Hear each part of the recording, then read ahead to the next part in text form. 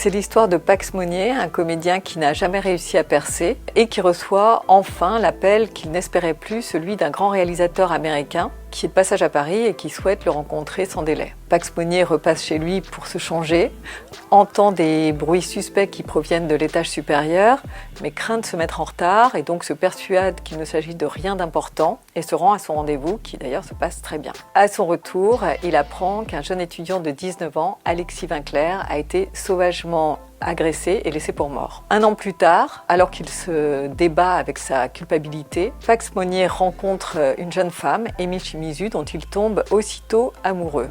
Jusqu'à ce jour où Amy lui dit « Il faut que je te parle de quelqu'un qui prend beaucoup de place dans ma vie. Il faut que je te parle de mon fils, Alexis, qui a été sauvagement agressé l'an dernier. » Ce qui a déclenché chez moi l'envie d'écrire sur ce sujet, c'est l'agression de mon fils lorsqu'il avait 11-12 ans. Il a été agressé dans mon immeuble et un voisin qui passait par là n'est pas intervenu. Alors évidemment, ça m'a beaucoup interpellée.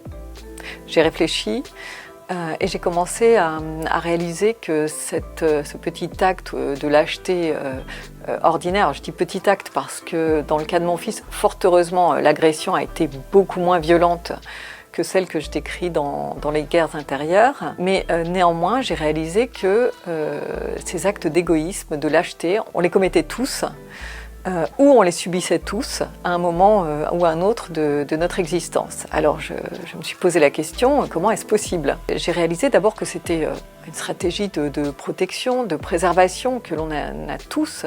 On ne peut pas en permanence résister à la peur, ni essayer d'être un être parfait qui répond aux besoins de l'autre. Mais surtout, je crois que ce qui fait qu'on se permet la plupart du temps ces actes, eh bien, c'est parce qu'on en ignore les conséquences. On passe notre chemin et puis c'est terminé. Et c'est ce qui fait toute la différence avec Pax Monnier, c'est que lui rentre chez lui et il apprend la conséquence de son choix. À partir de ce moment-là, bien sûr, la culpabilité va envahir cet homme et va se cristalliser lorsqu'il va faire la rencontre d'Amy Shimizu et découvrir qu'il s'agit de la mère de ce garçon. Il ne parle pas parce qu'il est incapable de parler. Plus le temps passe, plus le mensonge s'épaissit et plus le retour en arrière est impossible. Et d'un autre côté, Amy Shimizu s'attache de plus en plus à cet homme et ce sera bientôt son fils qui s'attachera également à Pax parce que finalement, eux aussi ont leurs propres combats, leurs propres guerres intérieures et Pax représente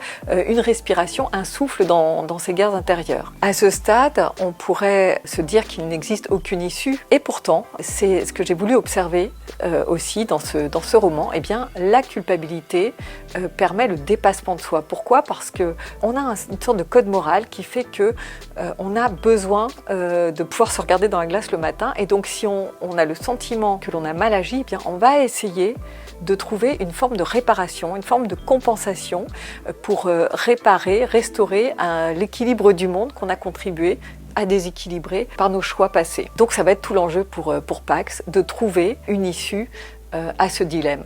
Et ce sera aussi évidemment un enjeu pour Amy comme pour Alexis.